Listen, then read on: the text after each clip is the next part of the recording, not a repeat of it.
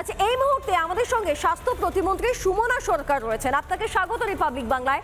এবং আজকে স্বাস্থ্য প্রতিমন্ত্রী আমাদের সঙ্গে কেন রয়েছেন, কারণ সুমনা দেবী এই পঞ্চায়েতের খোল নলচেটা খুব ভালো করে দেখেছেন।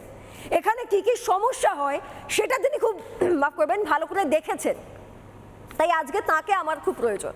সুমনাদি, আপনাকে রিপাবলিক বাংলায় স্বাগত। এবং আজকে যে বিলটি পেশ হলো, আমি আপনার কাছে রাজ্যের সেই সমস্ত সাধারণ প্রান্তিক মানুষদের হয়ে প্রশ্ন করতে চাই যে এই বিল পেশ হওয়ার পর, এটি আইনে পরিণত হওয়ার পর ওই প্রান্তিক মানুষগুলো কিছু বেশি সুবিধা পাবেন, কিছু কি সুবিধা পাবেন?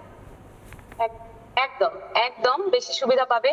দেখুন, ত্রিস্তরীয় পঞ্চায়েত ব্যবস্থা, যেটা পঞ্চায়েত সমিতি, জেলা পরিষদ, এই যে প্রধান, এই যে পঞ্চায়েত সমিতির সভাপতি, জেলা পরিষদের সভাধিপতি, এই যে ব্যাপারগুলো না এত বেশি নিজেদের মধ্যে, এত বেশি নিজেদেরকে প্রধানমন্ত্রীর থেকেও বেশি মনে করেন, যে তারপরে তারা যখন ওই চেয়ারগুলোতে বসেন ওই প্রান্তিক মানুষগুলোর কথা তারা ভুলে যান।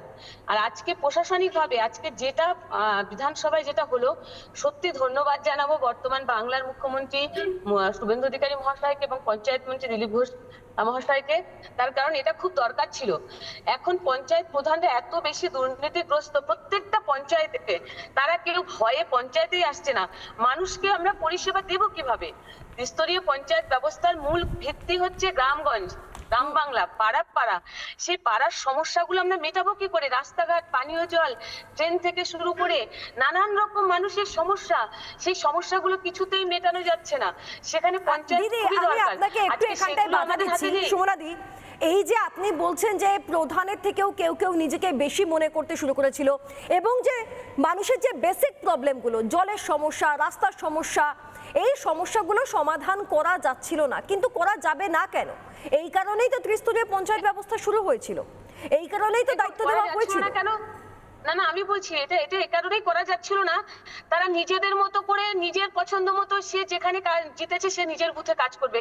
অন্য আমি একটা প্রধান, আমাকে বুঝতে হবে, আমি যখন একটা অঞ্চলের যখন মাথায় বসবো, প্রধান যখন হব, তখন আমাকে সবার কথা ভাবতে হবে।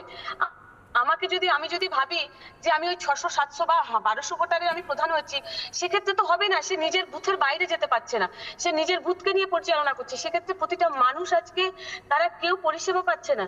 আজকে এই কারণে আজকে যেটা হয়েছে, আমার দৃঢ় বিশ্বাস যে বাংলার প্রান্তিক মানুষগুলো সহজেই তারা তাদের পরিষেবাগুলো পাবে। নাগরিক পরিষেবা যেটা বোঝায় সেটা তারা পাবে, এবং প্রত্যেকে সরকারি লোকের কাছে সহজে যেতে পারবে, সমস্যাগুলো শুনতে পারবে।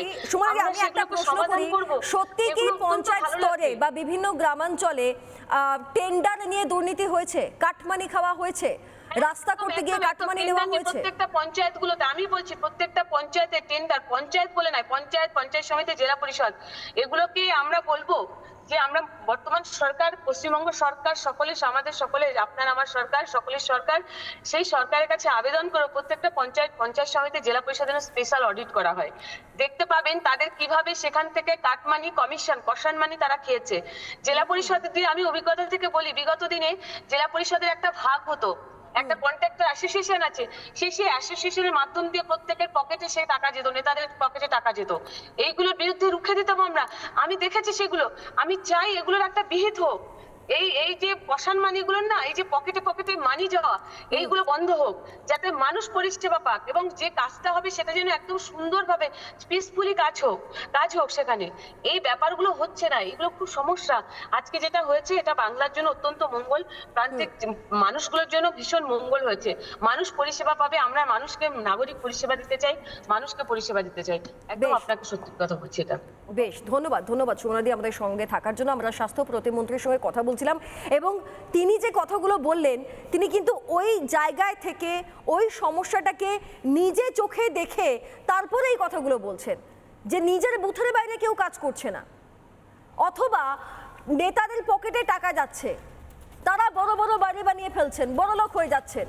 কোনো একটা টেন্ডার নিলে কেউ একটা কাজ করলে এক তো নির্দিষ্ট ব্যক্তি কেন্দ্রিক হয়ে যেত সেটা প্রথমত, এবং টাকা আমার পকেটে বেশি ঢুকছে, বাকি যেটুকুনি ছুটকো ছাটকা পড়ে থাকবে ওইটুকু দিয়ে তুমি রাস্তা বানিয়ে দাও ভাই, ওটুকু দিয়ে তুমি রাস্তা বানিয়ে দাও। তারপরে সেই রাস্তা টিকলো না টিকলো, ভেঙে গেল, বর্ষায় ভেসে গেল, তারপরে কোনো প্রসূতি চিকিৎসা করাতে গিয়ে হাসপাতাল অবধি পৌঁছতে পারলো না, কোনো অন্তঃসত্ত্বার মৃত্যু হলো, হবে আমার ঘরে তো টাকা ঢুকে গেছে।